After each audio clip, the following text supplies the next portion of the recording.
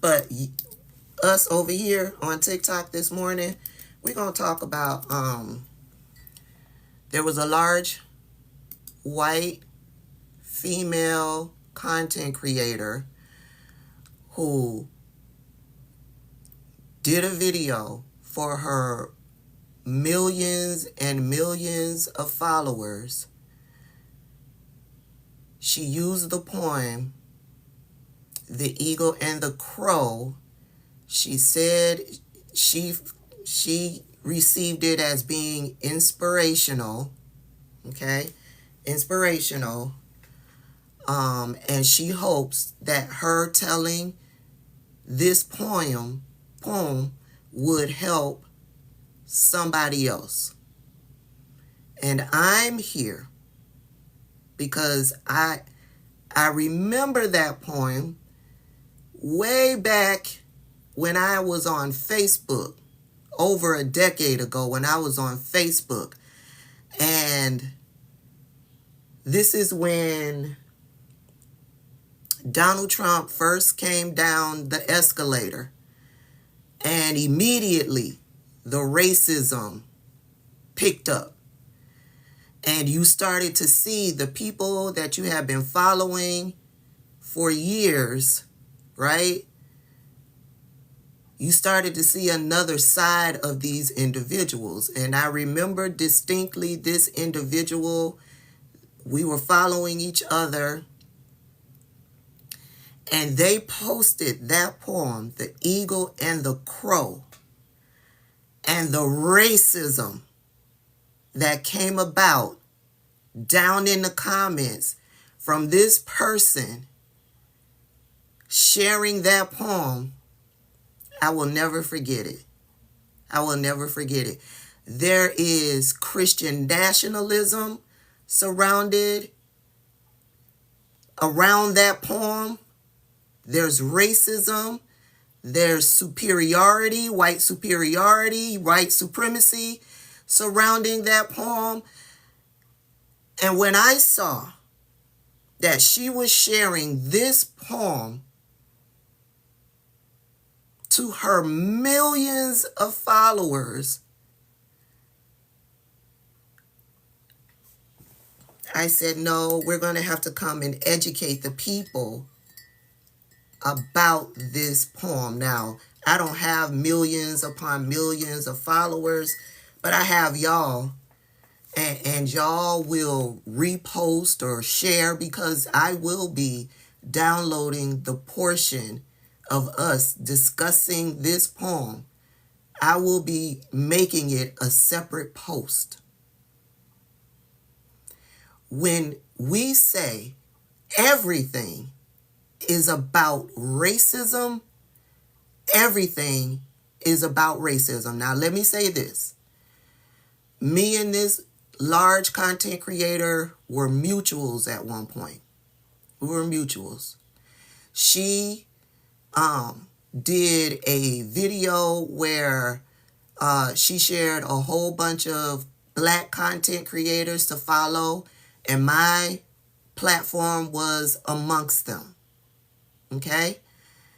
And I didn't know that she was following me, but when people started tagging me and getting down in the comments and saying that she sent them to me to learn, I was shocked. And so that's how I started to follow her. And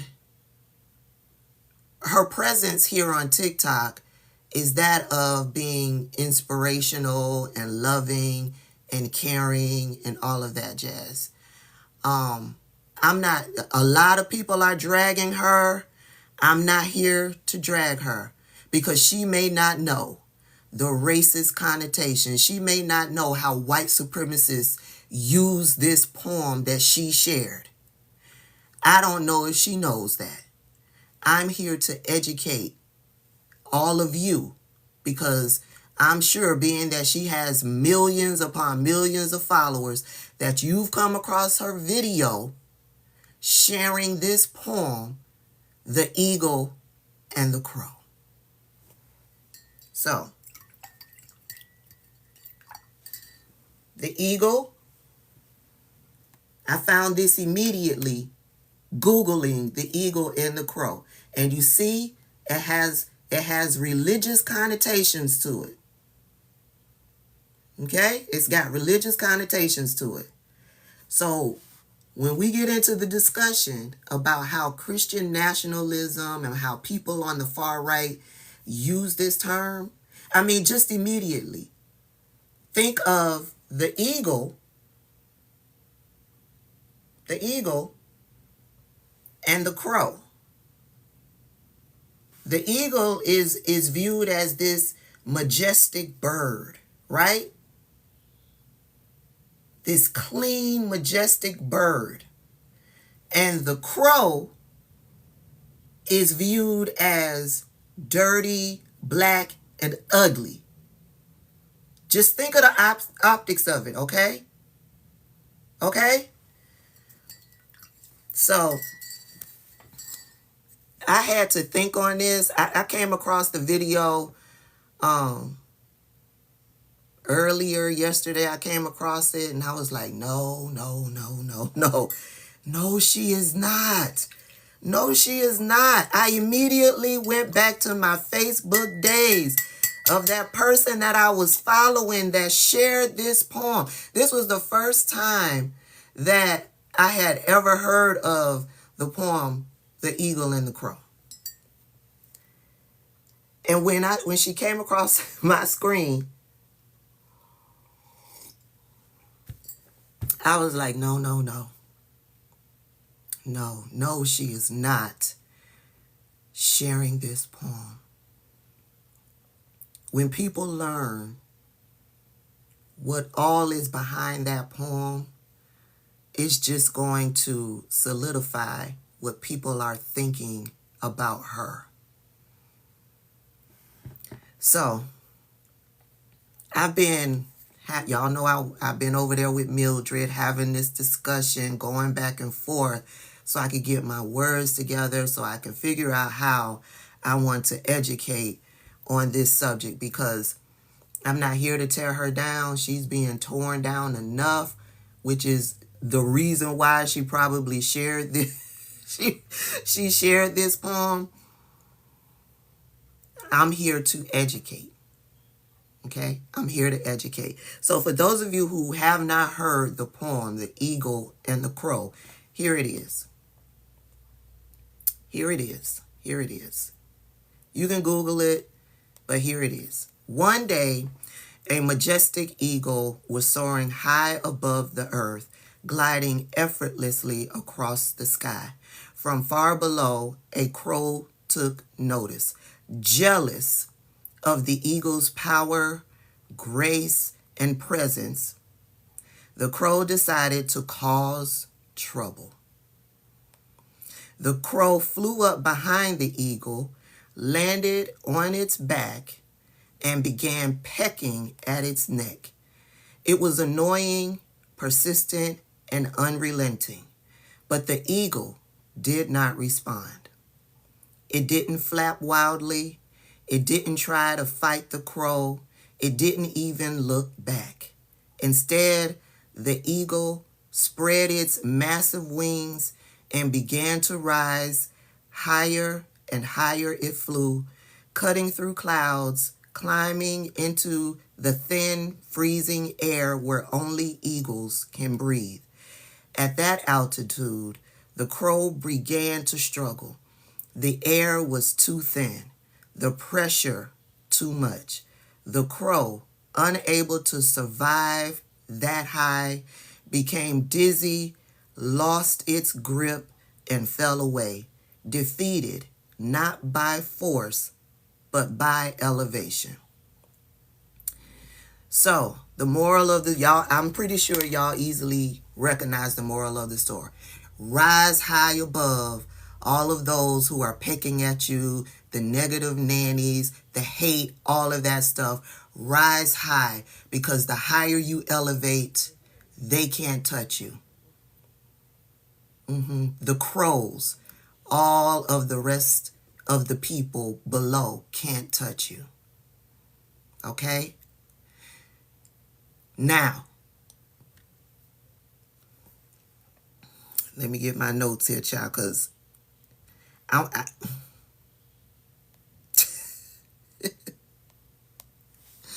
I can't believe.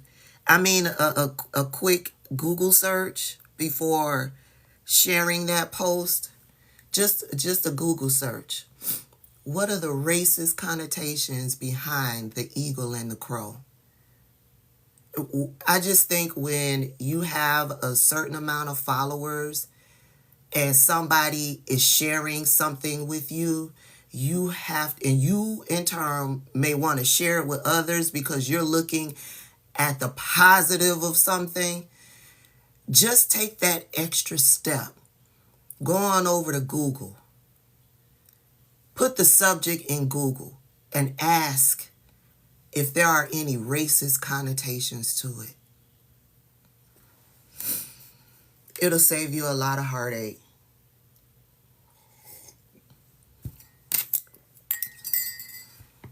So I asked Mildred, let's talk about the poem, The Eagle and the Crow.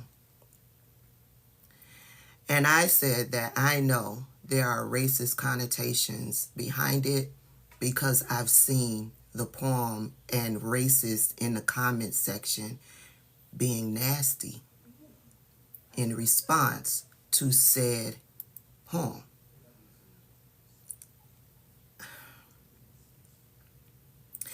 Mildred came back and said, here's the unvarnished truth, Tabitha. I ain't lying. Here's the unvarnished truth, Tabitha. I was like, oh shit.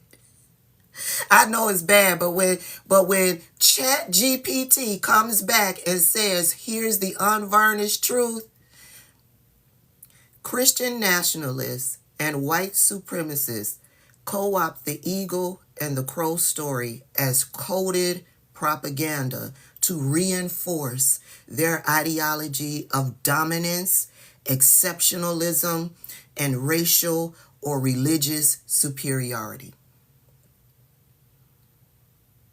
Now again, I don't know if she knows the history of that poem, that story. I don't know. But I've explained my experience with the story. Mildred didn't stop there. She goes on with the unvarnished truth about the eagle and the crow.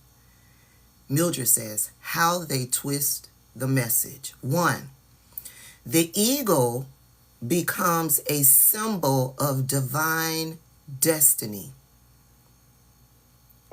Remember our discussions on manifest destiny? Shit. Remember, listen. Remember our discussions on manifest destiny? Remember our discussions on the 7 mountains mandate? Our discussions on, what is that current term that you hear them using now? Oh God, it'll come to me. But there's another, the golden age, the golden era. All of that is tied together. Manifest destiny, the golden age, the golden era, and the 7 mountains mandate. And now, and her getting up on her platform with millions of followers, reciting this story, this is also tied to that ideology.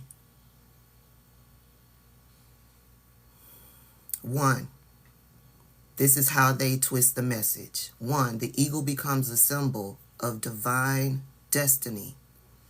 They frame the eagle as themselves, the chosen, okay? God ordained, or a pure race nation that is naturally superior, often drawing from biblical references. Isaiah 40:31. What does that say? What does that say, y'all? What does this say?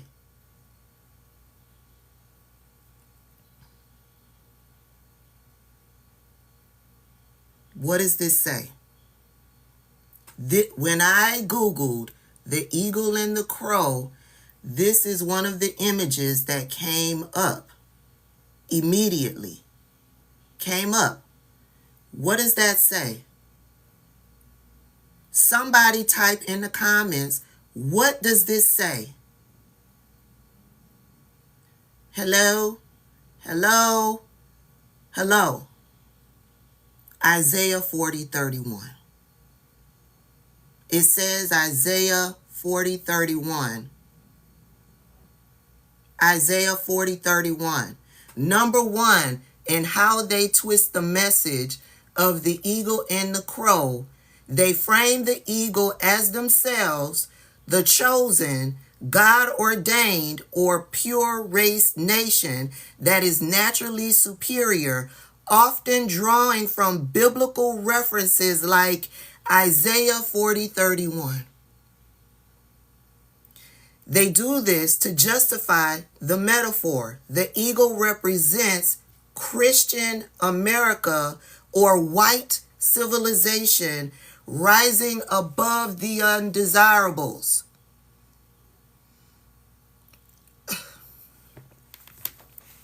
Number two, the crow represents their enemies. The crow becomes a proxy for everyone they deem inferior or oppositional, i.e., black and brown people, immigrants, secularists or religious minorities, globalists, Marxists, or other dog whistle terms. It's often positioned as the nagging, parasitic nuisance that tries to bring down the noble eagle. And so in her sharing that story, reciting the poem, she positions herself as the eagle, the noble eagle, and everybody else who is trying to hold her accountable, who's trying to educate her. We're the haters, we're the nagging, we're nitpicking at her. Number three, they weaponize the altitude metaphor of the story. The altitude is framed as purity, moral high ground, or divine calling, a realm where lesser beings can't survive.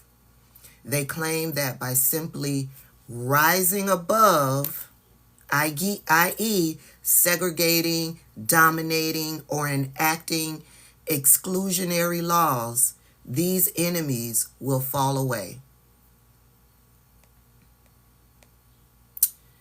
Mildred went further. Mildred said this was the unvarnished truth. I couldn't have explained it better. If y'all don't have ChatGPT, get ChatGPT. It will help you organize your thoughts. It will help you break down things that are being said. It will help you with your research. It will help you to learn. Real world application of the rhetoric. 1. In online memes, this is an online meme, and sermons, you'll often see this story shared as inspirational, but it's loaded with undertones of supremacy. And I believe that's what she intended. But when you have people educated, you know there's other implications to the sharing of this story.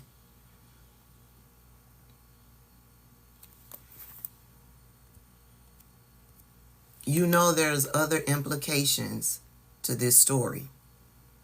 So she portrays herself as the eagle, as supreme above others. Far-right influencers and white evangelical leaders use it to rally followers without saying the quiet part out loud. Yeah, but I'm sharing the quiet part, okay? I'm sharing the quiet part. It's also used to dismiss criticism. Anyone challenging their ideology is framed as just a crow trying to peck.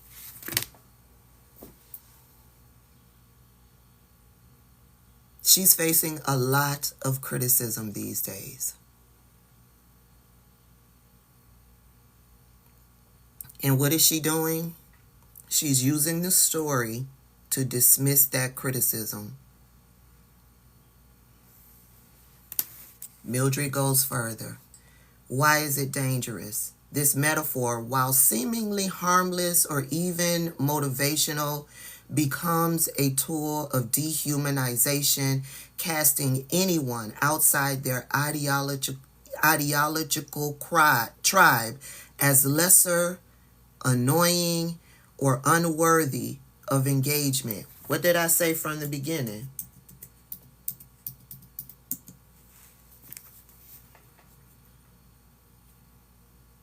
It cloaks supremacy in spiritual language, making it harder to call out directly.